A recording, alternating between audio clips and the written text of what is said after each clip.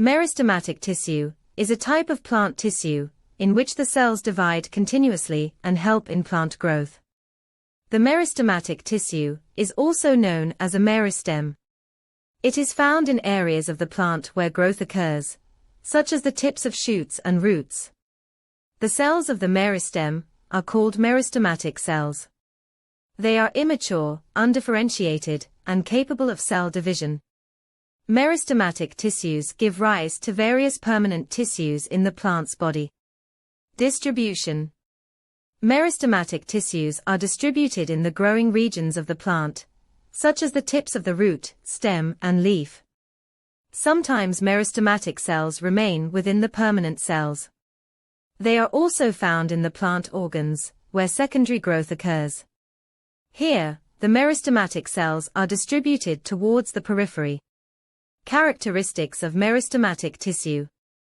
The cells of the meristem are usually small and more or less isodiametric in shape.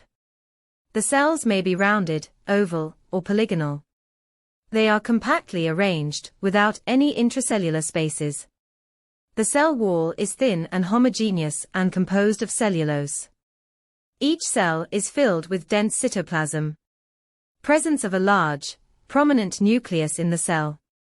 Cells lack agastic substances, such as reserve food materials, excretory materials, and secretory materials. Generally, vacuoles are not present.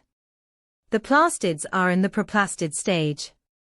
The cells are always capable of dividing indefinitely. They divide mitotically. Types of meristematic tissues. Various types of meristematic tissues are found in the plant's body.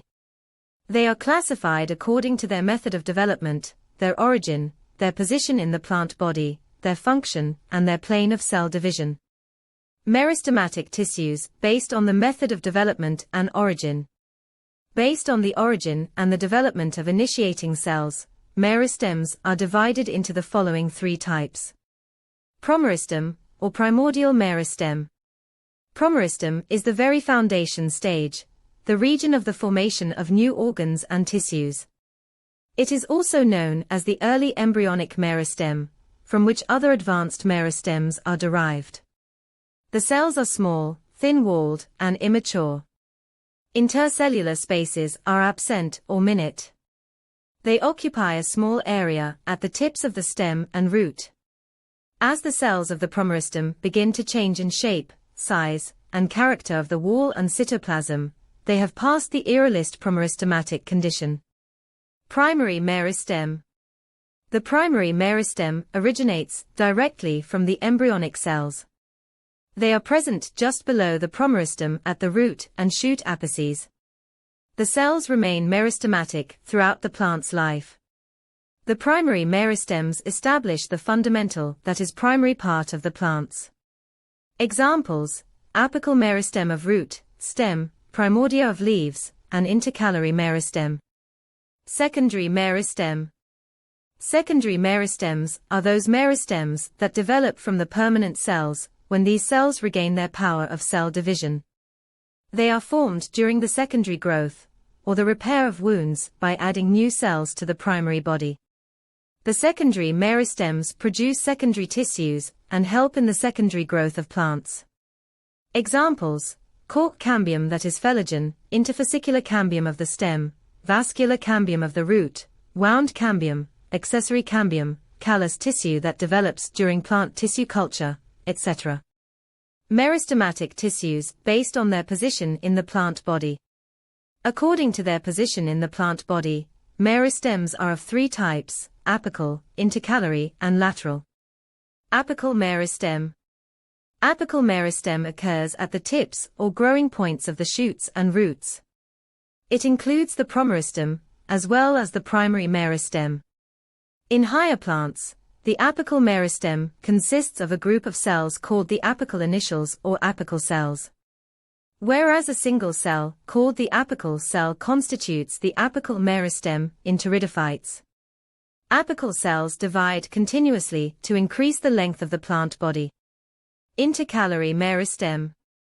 The intercalary meristem lies between the permanent tissues. They are the parts of the apical meristems that get separated due to the growth in length of the plant body. Intercalary meristems are usually found at the base of the leaf and the base of the internode. Also, they occur at the base of the node.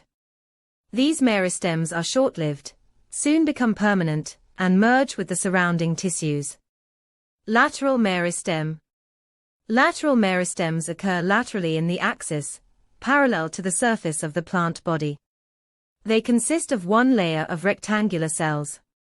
These cells mainly divide periclinally and give rise to secondary permanent tissues. The lateral meristem is responsible for the increase in thickness or girth of the plant body. Examples of lateral meristems are the cambium of vascular bundles and the cork cambium. Meristematic tissues based on their function. Based on their function, Haberlandt classified the primary meristems into protoderm, procambium, and fundamental, or ground meristem. Protoderm. The protoderm is the outermost layer of the apical meristem. The cells are divided periclinally and develop into the epidermal tissue system. Procambium. It occurs inside the protoderm and gives rise to the vascular tissue system. The cells are narrow and elongated. In cross-section, the procambium appears as a small group of cells called the procambial strand.